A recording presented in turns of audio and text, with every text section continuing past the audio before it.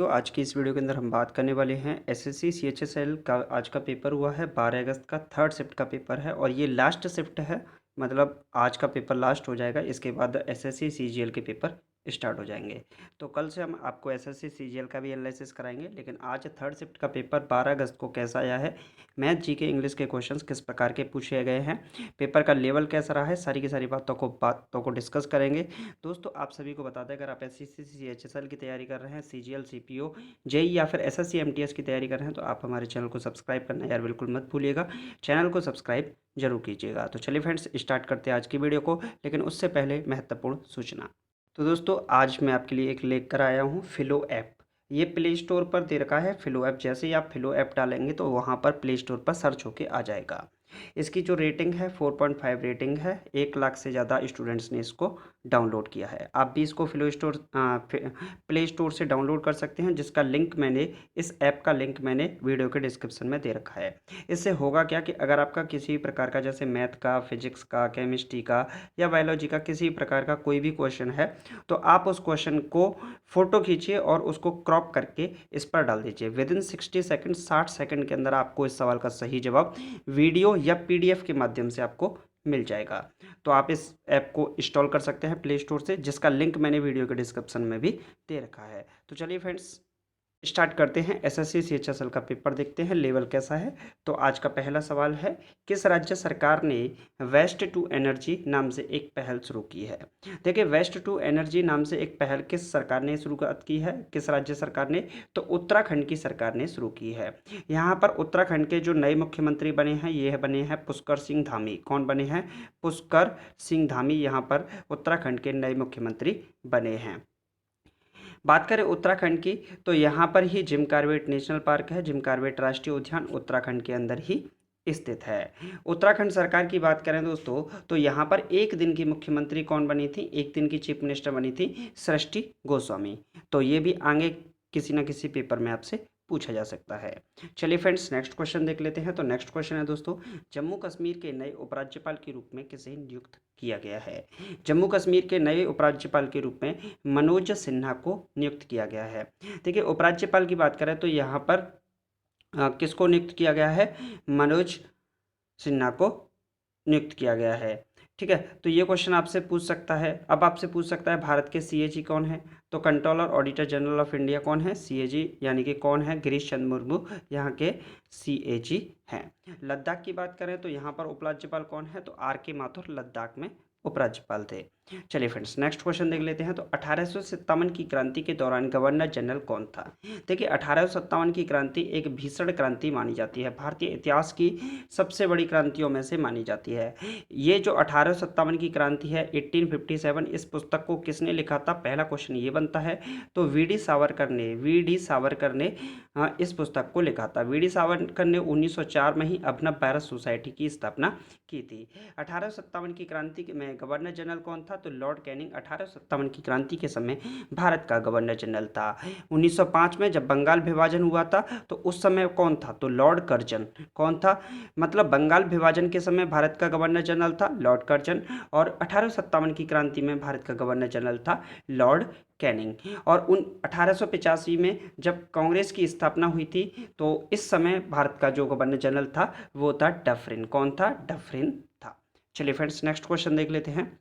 Next question है, दूध का पीलापन किसके कारण होता है। देखिए, दूध का पीलापन होना, गाजर का नारंगी रंग होना, पत्तियों का पीला पड़ जाना, नीम की पत्तियां हैं, किसी पेड़ की पत्तियां होती हैं पीला पड़ जाना, ये सभी किसके कारण होते हैं, तो ये होते हैं कैरोटीन के कारण। किसके कारण होते हैं? कैरोटीन के कारण होता है। दूध के अंदर कौन सा जीवाणु पाया जाता है, तो लैक्टोबैसिलस जीवाणु पाए जाते हैं। कौन से जीवाणु पाए जाते हैं? लैक्टोबैसिलस जीवाणु दूध के अंदर पाए जाते हैं। चलिए फ्रेंड्स, नेक्स्ट क्वेश्चन देख लेते हैं। नेक्स्ट क्वेश्चन है रीजनिंग का।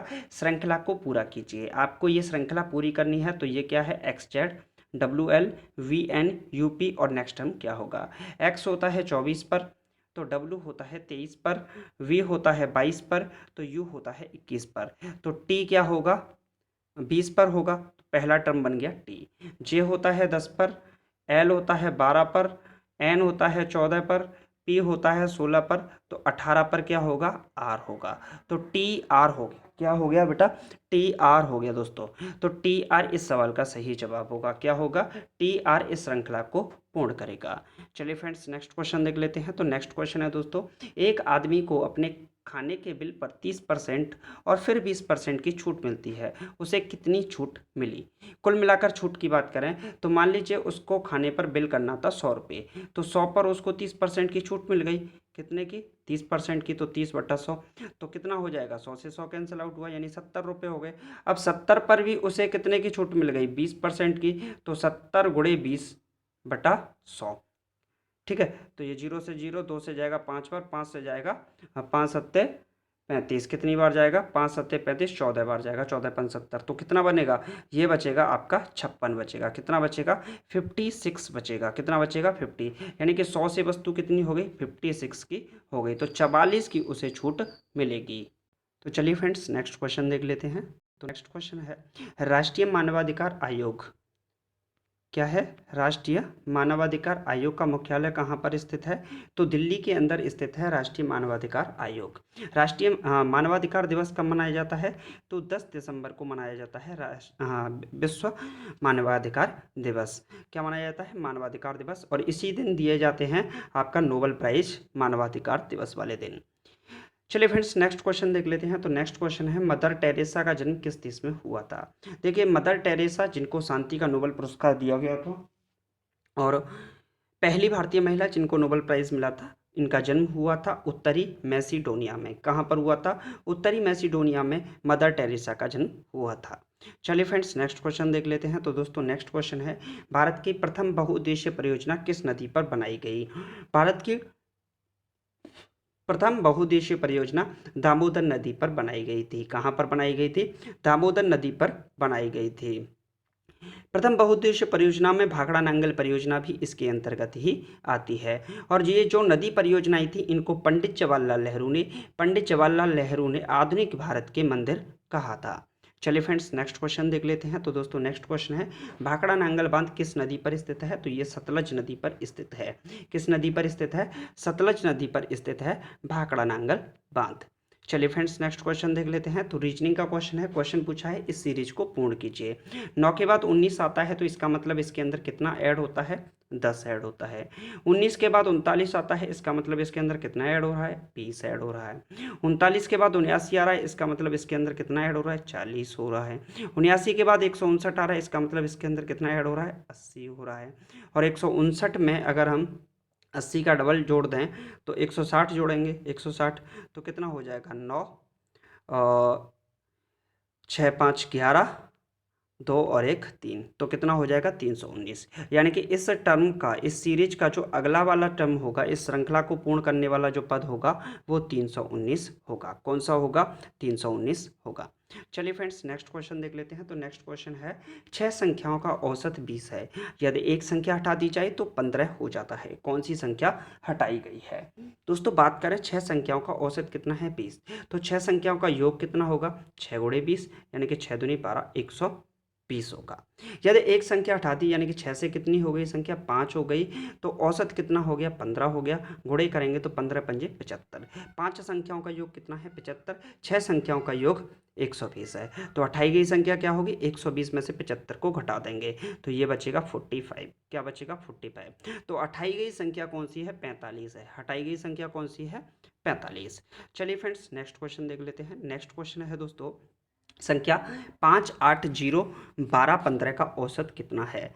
देखिए एवरेज का अगर कोई भी सवाल आता है तो एवरेज का मतलब क्या होता है, पदों का योग, यानी कि 5 + 8 + 0 + 12 + 15 बटे नंबर ऑफ टर्म्स 1 2 3 4 5, 5 का लगा दो भाग, तो 5 8 कितना हो गया, 13, 13 12 25 और 15 40, कितना हो गया लल्ला, 40 हो गया। 5 से कैंसिल आउट करेंगे तो 5 8 40। इस सवाल का जो सही जवाब होगा 8 होगा, यानी कि पांचों संख्याओं का जो औसत निकलेगा वो कितना निकलेगा, 8 निकलेगा। चलिए फ्रेंड्स नेक्स्ट क्वेश्चन देख लेते हैं। तो नेक्स्ट क्वेश्चन है, Bharat world press freedom index 2020 में कितने स्थान पर रहा, तो भारत 142वें स्थान पर रहा। Bharat world press freedom index 2020 में 142वें नंबर पर रहा। चलिए फ्रेंड्स नेक्स्ट क्वेश्चन देख लेते हैं। तो दोस्तों नेक्स्ट क्वेश्चन है, किस विटामिन को धूप विटामिन कहा जाता है।